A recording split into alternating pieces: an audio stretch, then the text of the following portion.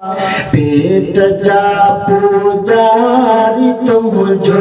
ॾाढो थियो अरमान आई जो थो खाज खाई शर्म कर रमज़ान आई जो थो खाज खाई शर्म कर रमज़ान तू मुस्लिम जो बचो तोखे नथा चाबाट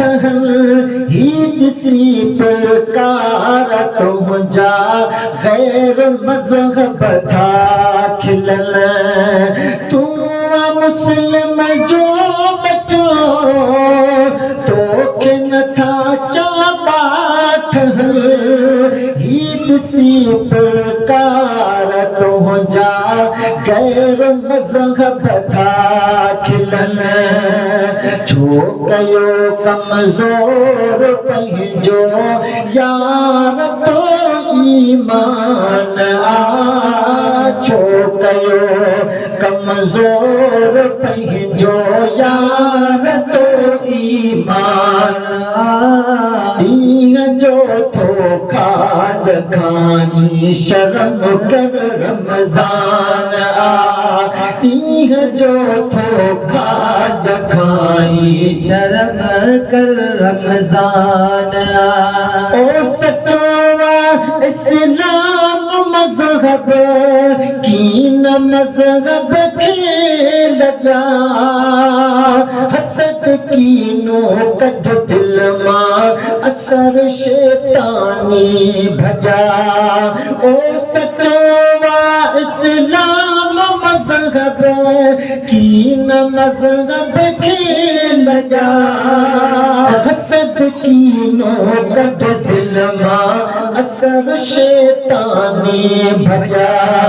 रोज़ेदारन जे अॻियां पियो तुंहिंजे बात में पान ॾींहं जो थो खाज खाई शर्म कर रमज़ान पेट जा पूजारी तुंहिंजो ॾाढो थियो अरमान ॾींहं जो थो खाज खाई शर्म कर रमज़ान छॾे सिगरेट बीड़ी नास ऐं नस्वार तूं वक़्तु आयो थी जाए वठ रब गफ़ार तूं आयो अॻे यार महीननि खां पोइ महिमान ॾींहं जो थो खाज खाई शर्म कर रमज़ान ॾींहं जो थो खाज खाई शर्म कर रमज़ान पेट जा पूजारी तुंहिंजो ॾाढो थियो अरमान ॾींहं जो थो खाज खाई शर्म कर रमज़ान छॾियो होटल तो खोले सुबुह खां वठी ताईं शाम थोपो तूं केतिरनि खे यार खाराई हराम जीअरे दोज़ख जे हवाले तो कई पंहिंजी जान ॾींहं जो थो खाज खाई शर्म कर रमज़ान ॾींहं जो थो खाज खाई शर्म कर रमज़ान पेट जा पूजारी तुंहिंजो ॾाढो थियो अरमान ॾींहं जो थो खाज खाई शर्म कर रमज़ान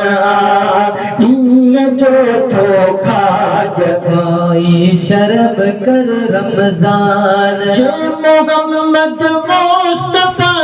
हिकिड़े अचानक अज अचे थो चनी जे घर में यारो ॾींहं जो खाधो पचे जे मोहम्मद मुस्तफ़ा हितड़े अचानक अज अचे थो चनी जे घर में यारो ॾींहं जो थो खाधो पचे घोट अरबीअ खे छा चवंदो जेको बेफ़रमान आ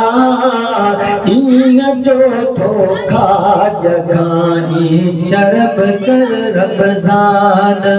ॾींहं जो थो खाज खाई शर्म कर रमज़ान रहमतुल्लाह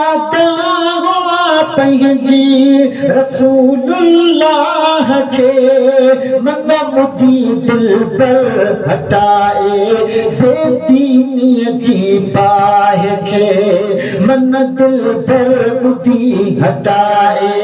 बेदीनीअ जी बाहि खे लाशारी आजिज़